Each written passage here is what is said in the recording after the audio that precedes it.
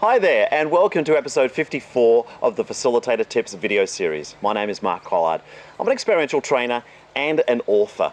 And one of the most common words that people have often used to describe me at the completion of a program is enthusiastic or energetic. And so often the next question is, they ask, where do you get your energy? Look, I've been doing this stuff for a long time, for over 30 years, and yet somehow I'm still able to bring the same amount of energy to that experience for any particular group as I did 30 years ago. And so it's a good question, and people often ask, well, where do you get your energy? Look, I'm human too. I clearly get tired just like anybody, but I do sense that I have greater reserves of energy, perhaps more than the average person. So I thank my mum and dad for that. That's great. I'm very grateful for that. But here are a few strategies I am using to maintain and nourish my energy during the course of my program, and particularly over the course of my career. The first one is pretty obvious, isn't it? Get some rest. Get a decent amount of rest. And stress, it's like the opposite to stress. Like rather than flying in on the very morning I'm about to run a program and then get stressed because the plane is running late, I'll often go in the night before. That's regarding as rest as well. So I arrive refreshed and rested at the start of a program. 2, I plan ahead.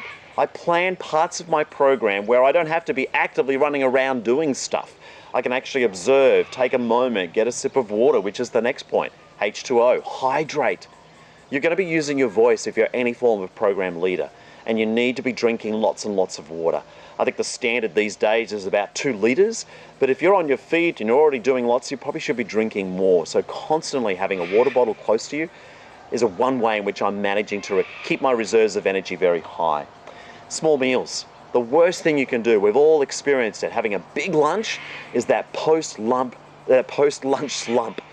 Is that all the energy goes to the stomach to try and digest that very large meal. So eat small. Encourage your group to do the same thing. They can eat bigger meals later on, but eating small has really helped me. And then finally, pace it out. There are many programs that go for multiple days. If I put too much of me into the first day, I leave very few reserves for later on. It doesn't mean I also party, every night either. I might only have one night of celebration with my group. So pacing myself is an important strategy as well. What do you do to keep up your energies? Maybe it's always flailing and maybe you're having to rely on coffee, which I enjoy, but you can't be using that as the only way to keep your energies up. There has to be some other strategies too. So let me know in the comments. Otherwise, we're up to episode 54. That means there are 53 other episodes and a ton more yet to come that have already been planned. So if you're interested in this topic, maybe this is the first time you've ever come across these videos, there are many more that will help you become a more effective facilitator, particularly if you're using group games and activities as part of your work. Thanks for watching. I look forward to seeing you at the next episode. Bye for now.